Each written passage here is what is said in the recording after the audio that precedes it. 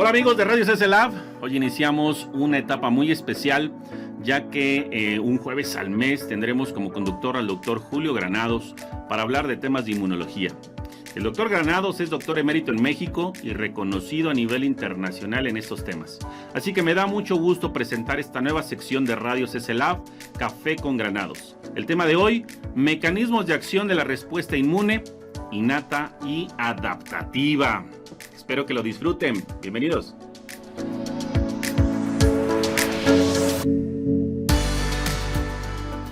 Bueno, el día de hoy vamos a revisar un aspecto muy importante de nuestra vida cotidiana.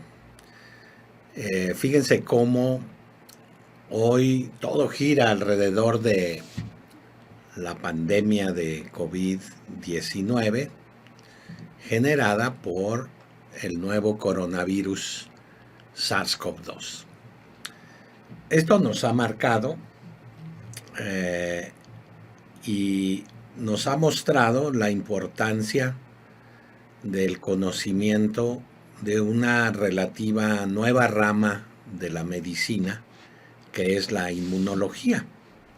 Hoy todo el mundo habla de COVID-19, de anticuerpos, habla de cómo nos defendemos en el escenario de la vida diaria ante este nuevo agente infeccioso. Y para entender cómo funciona el sistema inmune, pues hemos querido iniciar con los mecanismos de acción de la respuesta inmune. También queremos hacer de este tipo de reuniones un terreno de libre participación a través de charlas más que dogmáticas o académicas, charlas de la vida cotidiana, que podamos implementar ese conocimiento a la vida diaria, no solo como profesionales, sino como seres humanos. Procuraremos, a diferencia de cuando uno organiza cursos académicos, cursos de posgrado ante profesionales de la biomedicina, las charlas de café con el doctor Granados queremos que sean un terreno, un ámbito de intercambio de ideas entre amigos, amigos profesionales que de una u otra manera tenemos que ver con el cuidado de enfermos.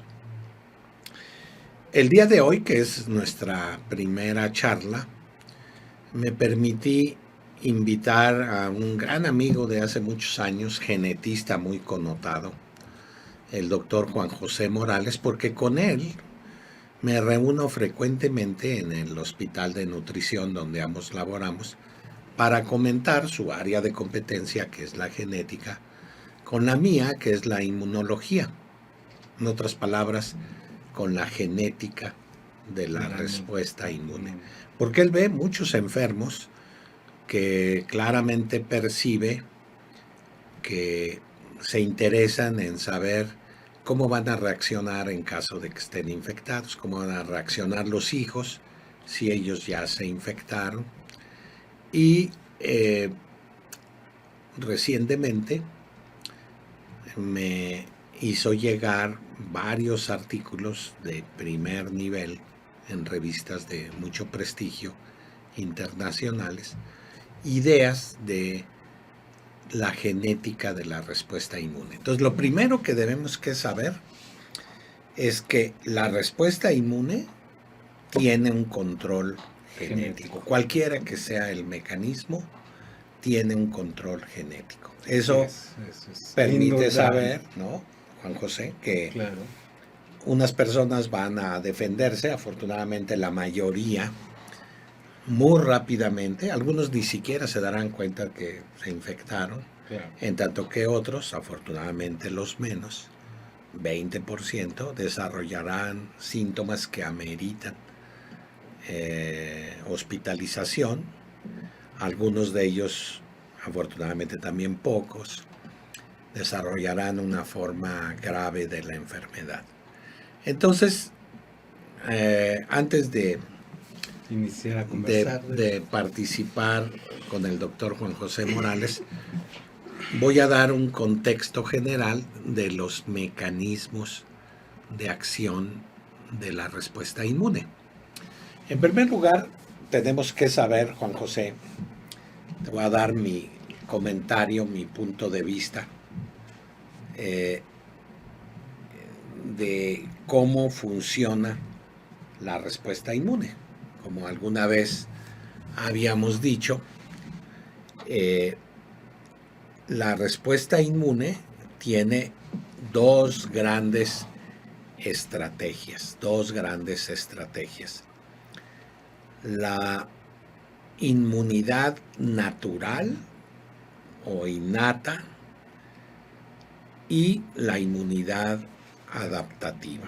La natural es una forma de respuesta inmune que se llama innata, también se le conoce como inmediata, porque en minutos ya está actuando. ¿no? Actuando. Aquí participan varias células y moléculas. Por ejemplo, las células que participan son los neutrófilos. Los neutrófilos, como su nombre lo dice, son células que se engloban en el linaje de células fagocíticas. Entonces nos vamos a enfocar a estas células fagocíticas, vamos a hablar de los neutrófilos y vamos a hablar de algunos elementos fagocíticos parecidos a los neutrófilos, que son los macrófagos. Así es. Entonces, macrófagos y neutrófilos, de hecho, tienen un precursor común.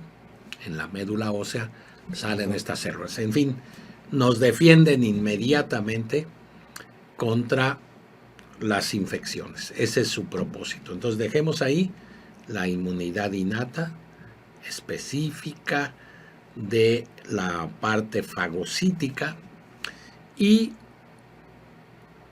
que actúa inmediatamente junto con otro conjunto de moléculas que se llaman reactantes de fase aguda. Estos reactantes de fase aguda los sintetiza el hígado. Veremos también muchos otros detalles de ellos, pero particularmente el hígado. De tal manera que si alguien tiene afectado el hígado, pues no se va a defender bien inmediatamente. Entonces ya desde ahí empezamos a ver por qué algunas personas se infectan y tienen muchos síntomas. Probablemente es porque el hígado no les funciona correctamente, porque ya tienen un daño. Entonces el hígado sintetiza los reactantes de fase aguda, como por ejemplo la proteína C reactiva, el fibrinógeno, que tiene que ver, ya lo veremos después, con la velocidad de sedimentación globular, y con las proteínas del complemento. Vamos a ver cómo estas proteínas del complemento complementan la otra estrategia que tiene que ver con la producción de anticuerpos, la inmunidad adaptativa. Entonces, el hígado tiene que estar bien, la médula ósea tiene que estar bien, porque esta es la que produce las células fagocíticas, y en conjunto, células fagocíticas y reactantes de fase aguda tienen que ver con la inmunidad innata. Esta inmunidad inmediata. Esta actúa en minutos.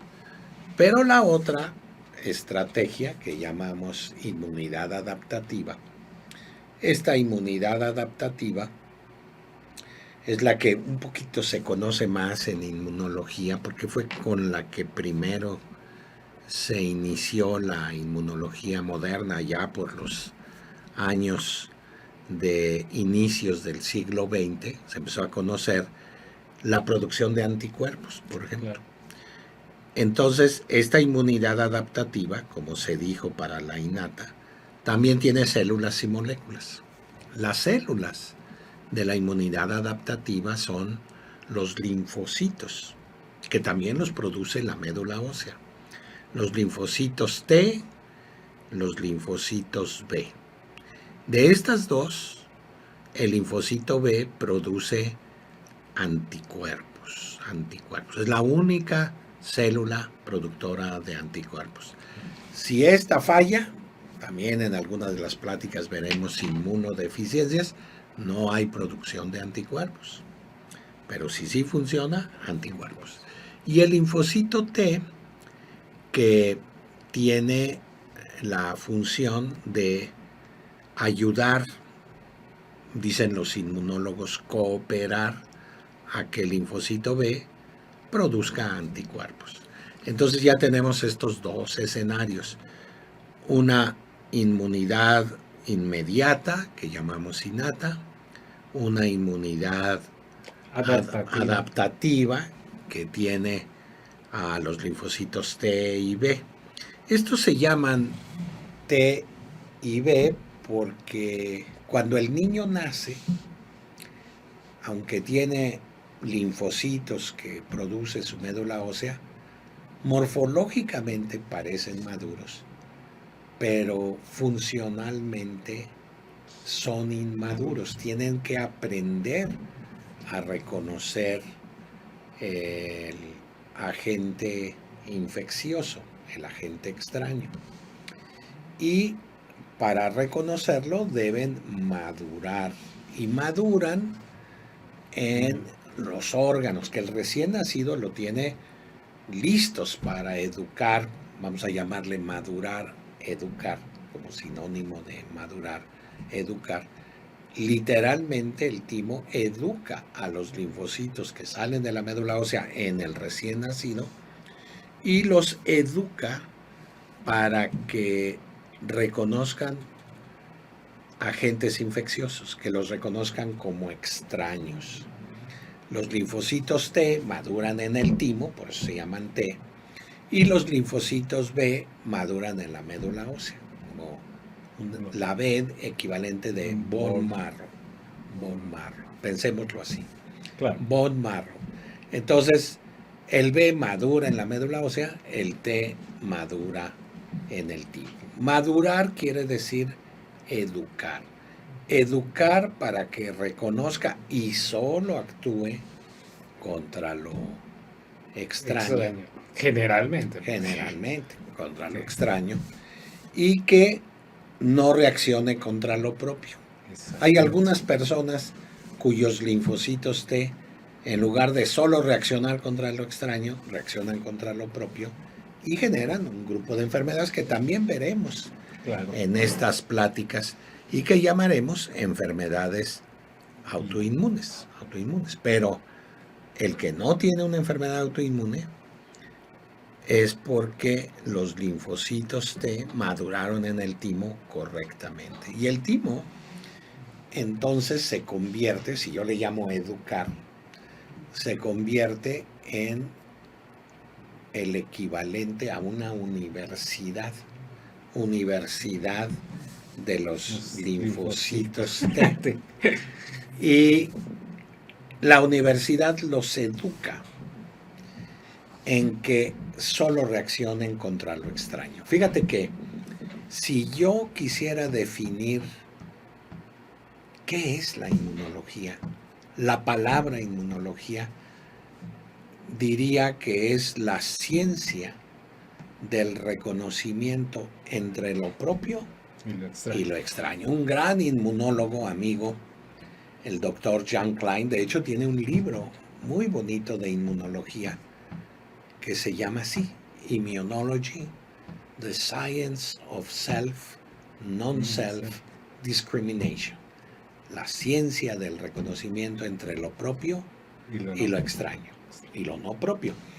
Eso es lo que educa el timo a los linfocitos T a distinguir entre lo propio, self, y lo extraño, non-self. Eso es lo que aprende. Y de hecho, el timo, que es como la universidad, una vez que los educa, pues al final les hace un examen. Y el examen solo tiene una pregunta. ¿Puedes distinguir entre lo propio y lo extraño? Y fíjate qué interesante. Del 100% de linfocitos que entra al timo,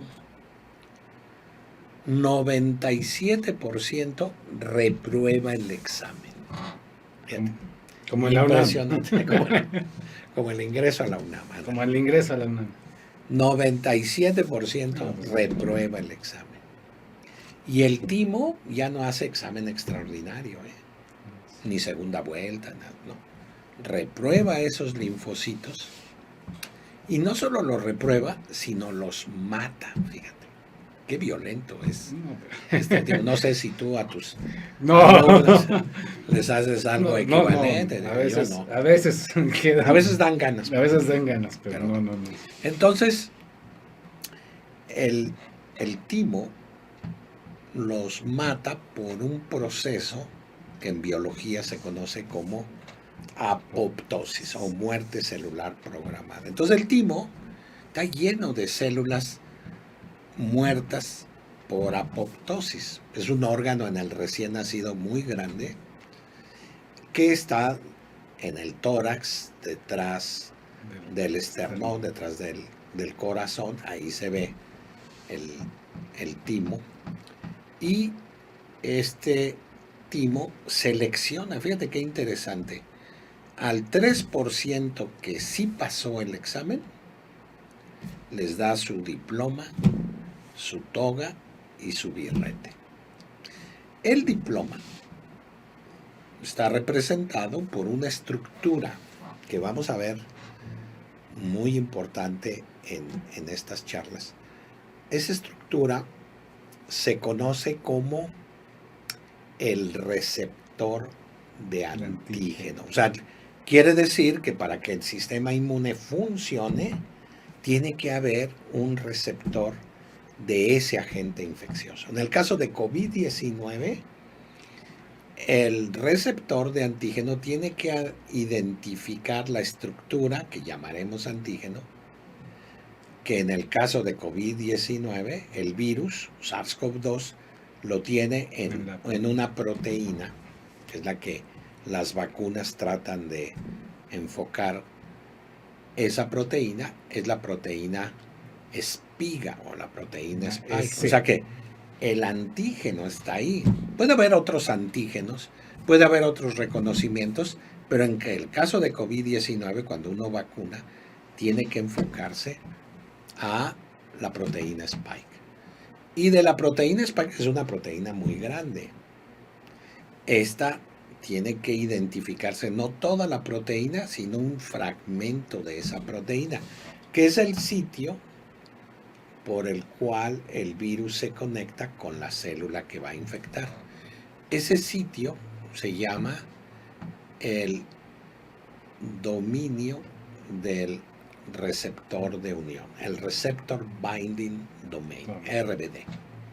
O sea que si queremos saber si funcionó la vacuna, tenemos que demostrar que hay anticuerpos específicos contra el dominio de unión al receptor, el Receptor Binding Domain. Puede tener anticuerpos contra otras, pero interesa ese, porque no queremos, ahora que tenemos variantes de SARS-CoV-2, recientemente la variante Omicron, pues está generando cambios el coronavirus para eludir la respuesta inmune, pero al mismo tiempo la respuesta inmune se va adaptando a ese cambio del virus para ser más y más y más eficiente. Esto se logra en ti y en mí porque cuando tú y yo éramos niños, el timo, tu timo, mi timo, seleccionaron a los linfocitos competentes para esa tarea, que está en ese 3% que sí pasó el examen y a los cuales tu timo y mi timo les dio el diploma de el receptor de antígeno. Fíjense qué importante es esta selección desde que somos niños. La capacidad de reconocer lo extraño y hacerlo muy claramente a través del receptor. Una vez que se le dio ese diploma, el timo les tiene que dar funciones. Las 2/3 partes de los que pasaron el examen se convertirán en linfocitos ayudadores, cooperadores. Y les va a tocar, dije, su toga y su birrete. La toga y el birrete es una marca que puede identificarse a través de las pruebas de laboratorio. Estos linfocitos cooperadores tienen la marca CD4. Y otros, la otra tercera parte, les da otra marca que es el correceptor CD8. Entonces, al final, el linfocito tiene su receptor, el que sí pasó el examen. Todo esto ocurre dentro del timo. El correceptor CD4 en las 2/3 partes y el correceptor CD8 a 1/3 parte, para que ya cumplan con su función, salgan del timo y vayan a poblar el tejido linfático en las mucosas, en la mucosa nasal, en la mucosa respiratoria, en la mucosa intestinal. Esas mucosas en el niño recién nacido no están maduras, porque apenas el niño está en proceso de maduración y el niño se tarda 5 años en madurar el sistema inmune como lo tendrá en la edad adulta. Fíjense que es un poquito freudiano. Infancia es destino. Entonces, cuando vemos un adulto que se pone grave con una infección, sea de la influenza o de COVID-19, debemos recabar cómo le fue en la infancia de esa persona. Esa inmadurez infantil es la razón por la cual antes de los 5 años debe vacunarse intensamente, particularmente el primer año de vida, porque la mortalidad infantil es muy elevada en los 2 primeros años de vida, el primero sobre todo. Y se va a tardar 5 años. Vemos cómo la vacunación todavía no se tiene certeza que sea segura. Estas vacunas que tenemos ahora para COVID-19 no sabemos si son seguras en niños menores de 5 años. Habrá que esperar, esa es la razón. Esa es la razón por la que no se está recomendando. No conviene, ¿no? A menos que sea un caso extremo, a menos que sea algo en particular necesario, pero yo no lo veo. Entonces, los niños menores de 5 años, cuidado, hay que esperar. Pero después de 5 años, cuando ya está maduro, pues sí, le ponemos las vacunas. Entonces, los linfocitos CD4 cooperadores cooperarán con el linfocito B, que también pasa lo mismo, madura, nada más que en la médula ósea.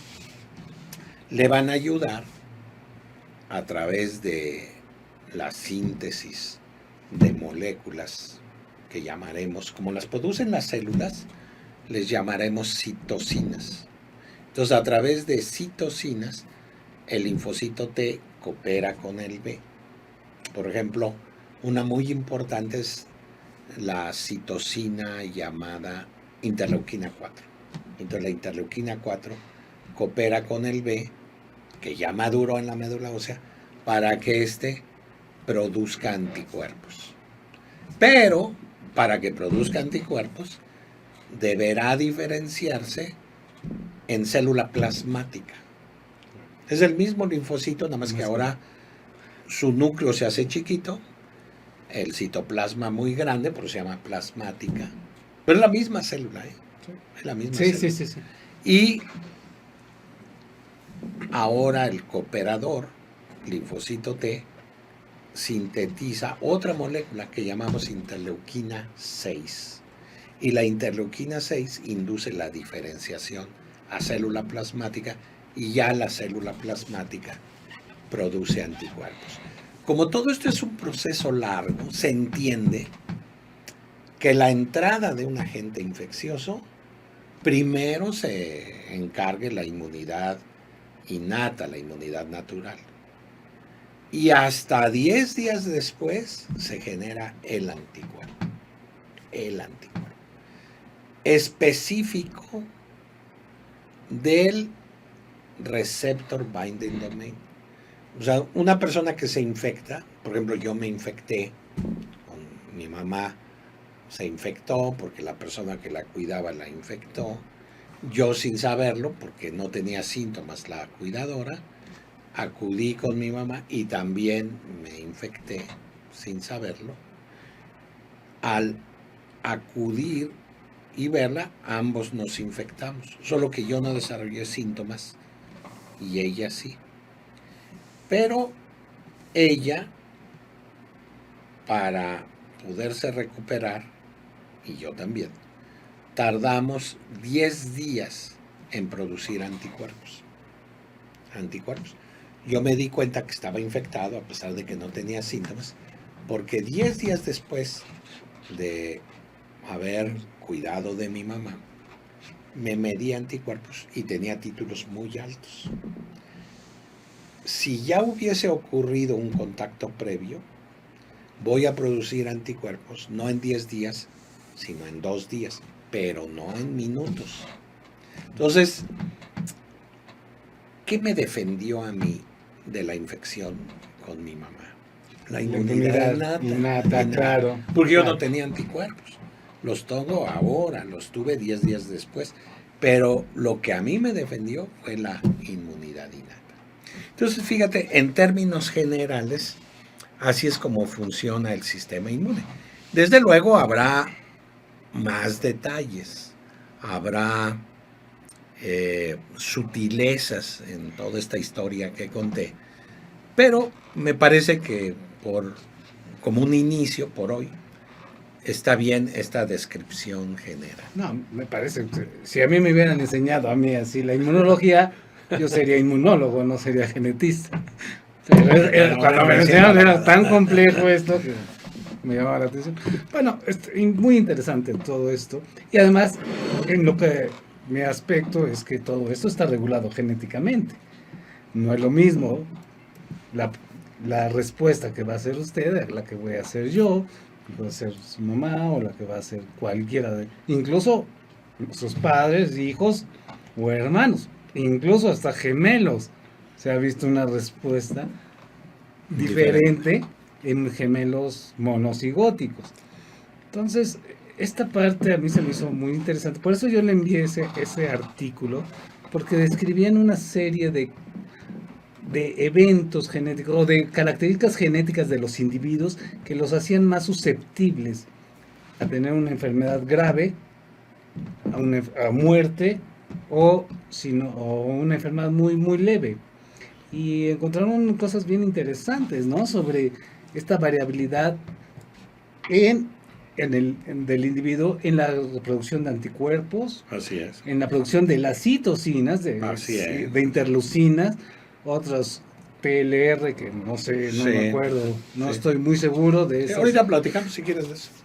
Incluso que la gente mayor podría hacer autoanticuerpos. Así es, de hecho hay algo de eso. Sí. Hay autoanticuerpos contra ciertas,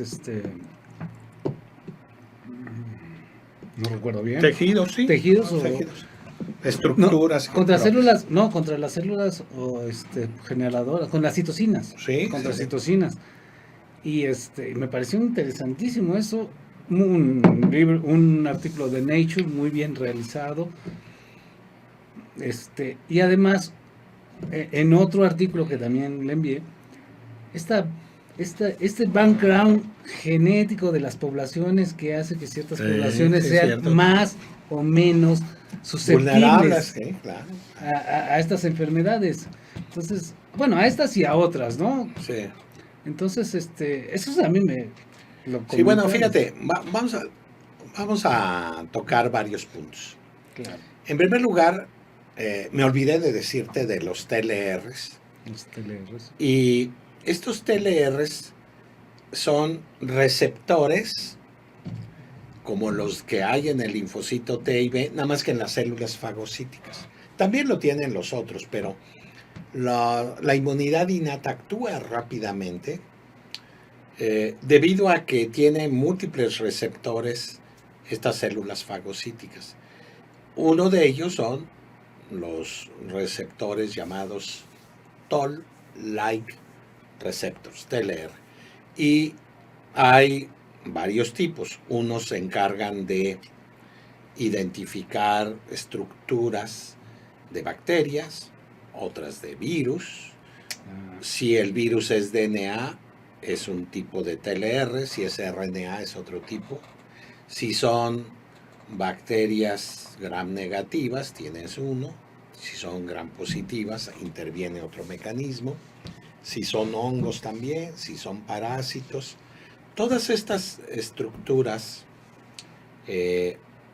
son identificadas por las células fagocíticas gracias a estos receptores TLRs. Algunos están en la membrana de estas células fagocíticas, otros estarán en el citoplasma de las células fagocíticas. Otra célula que también es de la inmunidad innata es la célula citotóxica natural. Esta también tiene distintos tipos de receptores, hablaremos de ella en otra ocasión, pero en su membrana tiene esos TLRs. Y hay también otros receptores parecidos en el citoplasma que específicamente detectan el RNA viral. Por ejemplo, este es un virus RNA, sí, claro, que me parece a mí detona toda la inmunidad innata. Por eso los síntomas son inmediatos. Pero fíjate que el paciente no se pone grave inmediatamente. Le puede dar fiebre, dolor de cabeza, malestar general.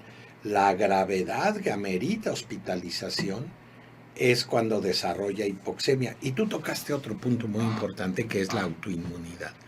En esta enfermedad hay enfermedad autoinmune.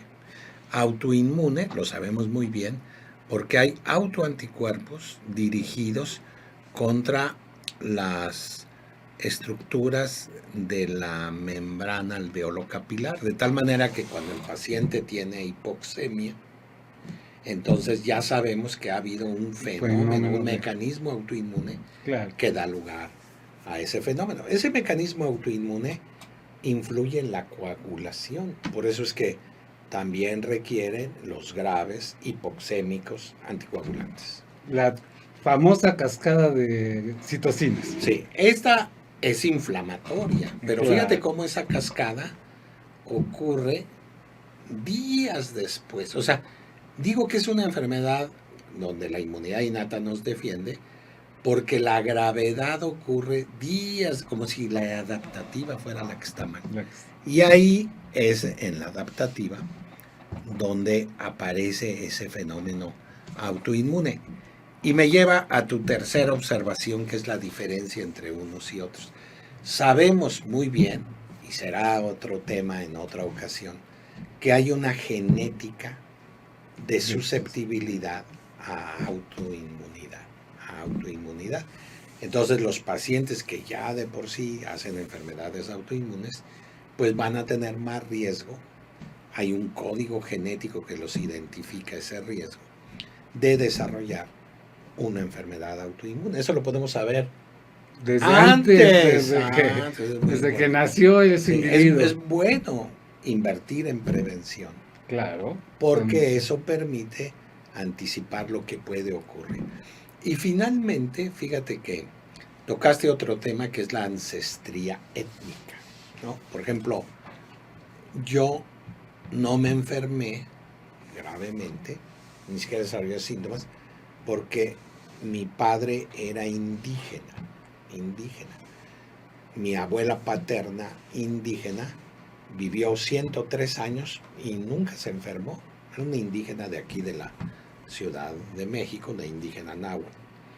Y esa abuela paterna tenía un estilo de vida indígena, una genética indígena que yo heredé y que tenemos bien reconocido ese código genético indígena. Como tú sabes, yo me he dedicado mucho al estudio de los genética indígena, y el más común de todos los genes es ese que yo heredé de mi abuela paterna. Ese gen también es prevalente en indígenas de Jalisco, como los huicholes, en Nayarit, donde también están los huicholes, en indígenas de Oaxaca, de la Sierra de Juárez, en indígenas de Chiapas, los mayas, los tzotziles de los altos de Chiapas, celtales, tojolobas. El más común de los genes es ese que compartimos, lo cual quiere decir que tiene miles de años superando las infecciones que al mexicano le han dado. Ese tema de la ancestría que tocaste me parece fundamental porque permite entender los distintos semáforos de el vigilante epidemiológico en todo el país. Ese semáforo de vigilancia epidemiológica nos sorprende entonces porque Chiapas, Oaxaca, Campeche habitualmente están de color verde, en contraposición a otros en el norte del país que pasan de naranja a rojo, o en la Ciudad de México que tiene... Bueno, que es una mezcla de todo. Claro, pero permite entender incluso las colonias. Azcapotzalco tiene marcadamente una genética distinta a Tlalpan, a Benito Juárez, la área conurbada de Ciudad de Nezahualcóyotl. Todo eso es un conglomerado genético que también ya hablaremos en su oportunidad porque lo hemos estudiado, ese código genético. Por hoy me parece que está es muy un tema muy interesante. Es muy interesante. Ya hablaremos en detalle de otras cosas. Vamos a verlos más a detalle y yo creo que espero que les haya sido de mucho interés esto. Y que además nuestros amigos nos puedan continuar con sus preguntas informando cuáles son los temas de interés. Por ejemplo, a ti, ¿qué otra cosa te interesaría que viéramos en los siguientes temas? Muchas cosas. A mí, por ejemplo, prevalencia de enfermedades. Ándale, prevalencia de enfermedades. ¿Con qué frecuencia se encuentran las enfermedades autoinmunes? México o la población mexicana es altamente frecuente encontrar. Todo es autoinmunidad, eso qué buen punto tocaste. En comparación a otras fíjate, esos datos los generan obviamente expertos en epidemiología.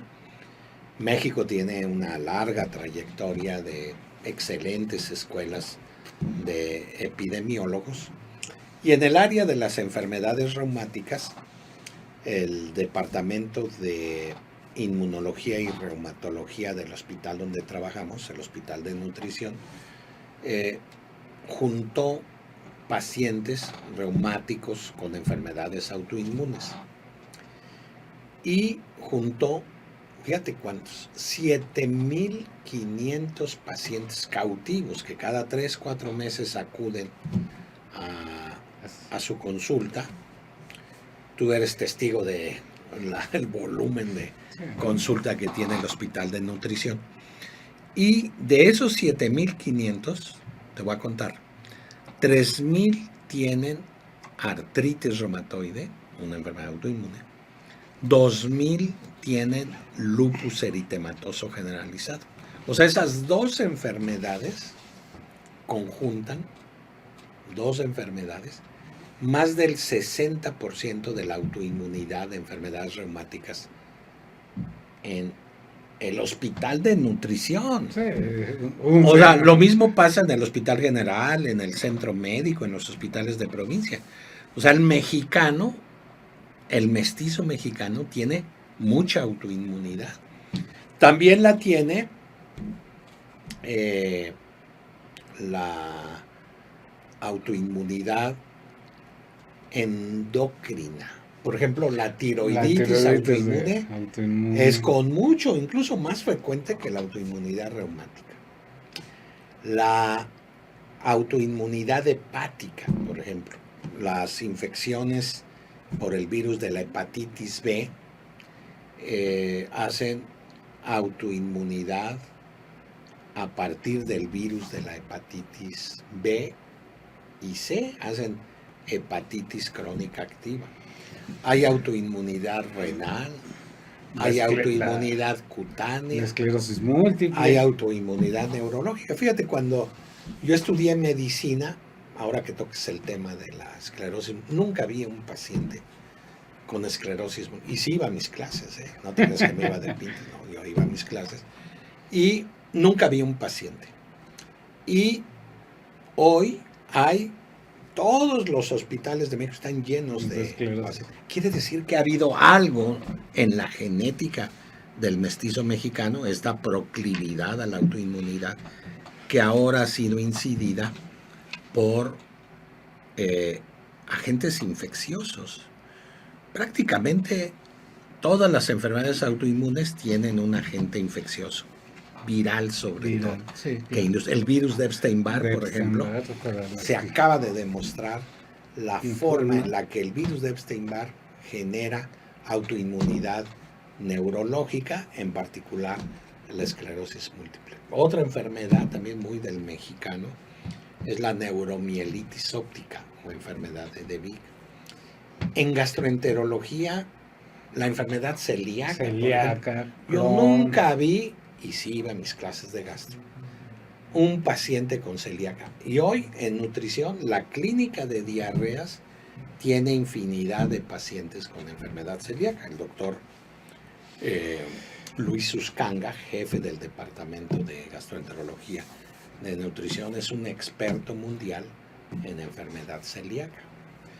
Hace el código genético y en ese código genético separa las diarreas autoinmunes de las infecciosas, da tratamiento distinto a uno y otro, y el paciente se cura quitándole de la dieta el factor que induce autoinmunidad. Ese es otro tema que veremos en otra ocasión, cómo la dieta, el medio ambiente, lo que comemos, cómo vivimos, dispara la susceptibilidad genética.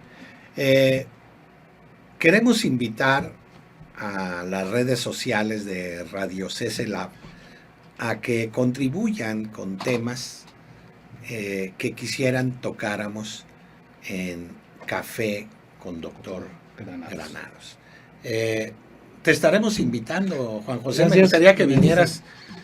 Me ayuda mucho yo agradezco mucho su invitación y estamos dispuestos cuando guste, doctor. Pues hasta la próxima, amigos. Gracias. Y estaremos esperando sus preguntas. Hasta luego, gracias.